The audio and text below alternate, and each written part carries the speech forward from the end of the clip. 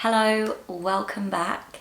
In today's video, I want to explore with you what happens when you live a life disconnected from your emotions and the magic that unfolds when you reconnect back into your emotional landscape.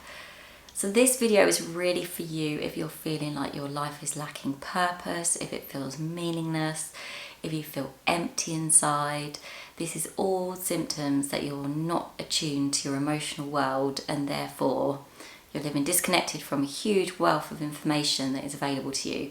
And when you start tapping into that, what will happen basically?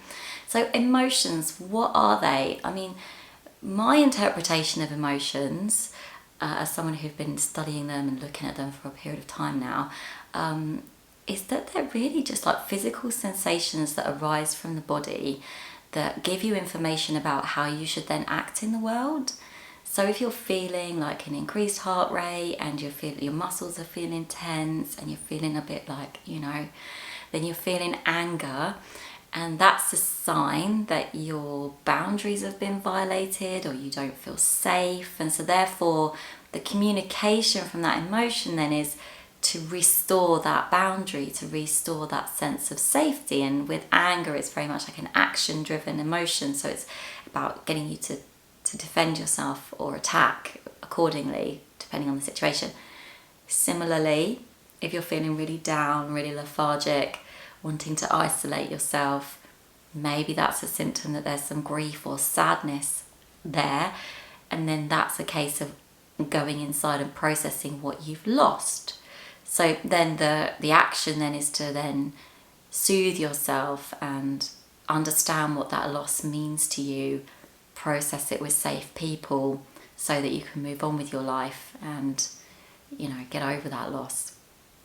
So for me, that's what emotion is. It's just information from the body that's telling you how you feel about something so that you can then go on and take some corrective action about that feeling. What that feeling is explaining to you about your circumstances. So why do we suppress emotions if they're so important to us? They're giving us such valuable information. Why push it down? And I think that really goes back to childhood, doesn't it always? But it's just that if our primary caregivers did not allow us to express our emotions, then we learned that emotions are not safe. And when they're not safe, we then have to put them outside of our conscious awareness, and we literally cut off the connection to that feeling in the body. So that doesn't stop that feeling in the body from being there. The increased heart rate, the tension in the muscles, that stuff is all going to still be happening, but our mind has just cut itself off from even knowing that it's happening. So then we can't use that information to then change anything about our circumstances or our situation. So when our primary caregivers, like if you're like 3 years old and you're having a temper tantrum in a shop because they won't buy you a toy that you want, your little mind, if they start acting really aggressive with you or ignore you, your little mind's going to be like, oh, this isn't safe, it's not safe to be angry, so I need to cut off from the anger because now my primary caregiver is either getting aggressive with me or they're ignoring me and that's not safe for me, so I have to push the anger down and ignore the anger and then go about my day-to-day life as if I'm not angry. And then that just becomes a learned mechanism. But the thing with emotions is, once you start suppressing one emotion, you have to suppress all of them, because it's not that the mind can then select which emotions it filters in or out. It will just filter them all out. And that's why you end up feeling so empty and so disconnected, because you're not connected to your body and you're not connected to your heart then, and you're not connected to your gut and your stomach. So you're not able to then make those intuitive, informed decisions about what's right for you, what's wrong for you, and then what action to take to make you feel better about a situation. Because if a situation is always making you feel angry, but you can't connect to that anger, then you can never take the corrective action, and then you'll never feel better about that situation, and you'll just keep feeling resentful and stuck with that person in that dynamic until you allow yourself to explore that anger. And the mind is so clever, like it's, the way it wants to protect itself and keep us safe, it's very good at that, but it doesn't realise that in doing that it's actually creating more problems. It's creating like a dissatisfaction and a misery to life and an emptiness. So the mind isn't going to correct this on its own. You have to take a conscious decision. You have to make a conscious decision to want to correct that. And the way you do that is you have to then start feeling your feelings. And you're like, well, how do I do that if I don't even know I'm feeling them? Which is such a fair question. So there's a few techniques that you can use. Work with a psychodynamic life coach such as myself. We have a range of tools that can help connect back into the body, into the somatic experience, into the emotions, and start to help move those out of the system, out of the body, process them, understand them, work with them so that they are not getting in the way of you living your life to the fullest potential. You can even look up, like, there's a ton of videos on YouTube with like EFT tapping, breath work, anything that's going to help you connect back in somatically, because emotions are a physical sensation in the body, so you need to be connecting back in with the body in order to feel them. And then this is going to come with like risks and rewards when you start to do this. So I'm going to talk through like what they are now, like what changes you can expect to see. So the risks with this is that you are going to feel some physical discomfort. If you've repressed grief for many, many years, that grief is still there, and that grief still needs to be felt in order for it to be moved up and out of the system. So there is going to be an element of you feeling that grief. So you will have to grieve for a period of time. So like grief is a really big one. Anger is huge, like feeling anger in a safe way and connecting back to the anger so that you can restore your healthy boundaries, and connect back in with the wisdom and also the energy that anger gives you. Like anger is a really energizing emotion, but if we're cut off from it, like you can use anger in a positive way. Like you can feel angry about a situation and then want to take positive action to remediate it. Like maybe some social injustice that you see in the world or something. But if you're not connected to that anger, then you're going to feel depressed. And that's what I think happens a lot of the time with depression, is it's just all of the emotions have been suppressed for so long that the body just goes into shutdown and you just end up depressed. That's what certainly happened with me. So yeah, you're going to have to feel that discomfort for a period of time. And the other thing that you might experience is exhaustion, because this is a physical process. And so moving emotions out of the body or just sitting with them can feel really tiring, especially if it's not something that you're used to. I used to do like really big somatic healing sessions, and I'd just be wiped out for a couple of days. So just bear that in mind and be prepared for it and just allow for it. Like in our culture and in society, we're taught that we should always be on, we should always be achieving, we should always be getting the next goal and doing. And there's just no real time to just like sit back and process. But with this work, you really do need to gift yourself that time to sit back and process whatever comes up and just allow yourself to be in that state. Because if you don't, then you're basically just going to end up repressing and suppressing the emotion again, and then you're going to end up back at square one. So you're really not going to help yourself. Like if you are determined to make these changes in your life, this is what you need to be expected to do. You might then find that you need more time for solitude and isolation on this path, as you do work to process those emotions and the exhaustion comes up, and also the revelations that come up of what those emotions were trying to tell you about your past, like times where you maybe didn't feel safe or supported or loved. And that's not to judge those people that were making you feel that way, but it's just, you do need to acknowledge like that's how you felt as a child, or that's how you felt in the past or in these circumstances or situations. And that can take time, and it may mean you need some time, to process that, journal on it, sit with it, reflect on it, just allow it to be. And then eventually you'll find that it just starts to move, and then this lightness and this new energy starts to take over. Something else that you may find is that you start to lose some of the connections with people that you had a relationship with in the past. Like if you're building friendships and relationships around disconnection and not feeling your feelings and being in a negative vibrational set point, when you start to feel your feelings and your vibration naturally starts to rise, your frequency rises because you're now not carrying those negative heavy emotions anymore. You might find that the people who you were connected with and felt a bond with in that sense, that doesn't feel aligned anymore. So you need to be prepared to sort of let people go on this journey, and that can be a real big fear to navigate, and is another emotion that then needs to be processed and worked through. And then also the other thing that you might find is you actually do have your own change of tastes and preferences. So this one, how it looked for me was, believe it or not, when I was in my 20s, I used to love skulls. I was obsessed with skulls. I used to watch horror movies all the time. I was very much into like really dark stuff. I liked, rock music and heavy metal.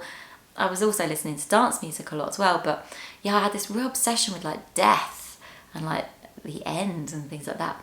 And now I love, and like the colour grey and black and things like that.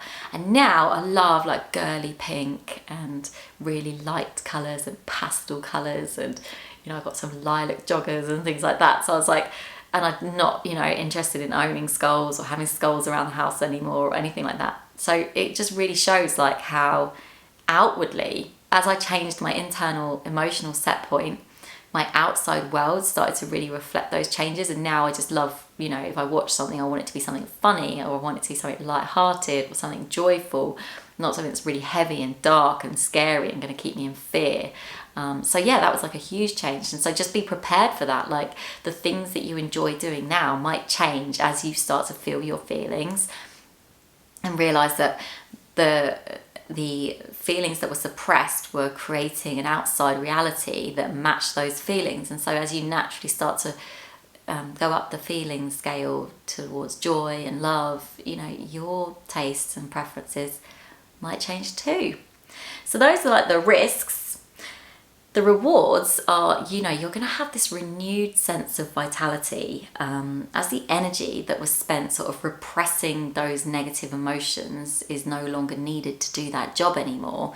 You are just going to feel so energized and buoyant, and you can use that energy and channel it into new goals and new vision for your life. You're going to be able to just take massive heart-aligned action towards what you want, because you're not going to be distracted by keeping the negative feelings down and suppressing them and pushing them down. So that's like one of the big things that you are going to notice, is just like how vital and like you're going to be filled with vitality and energy.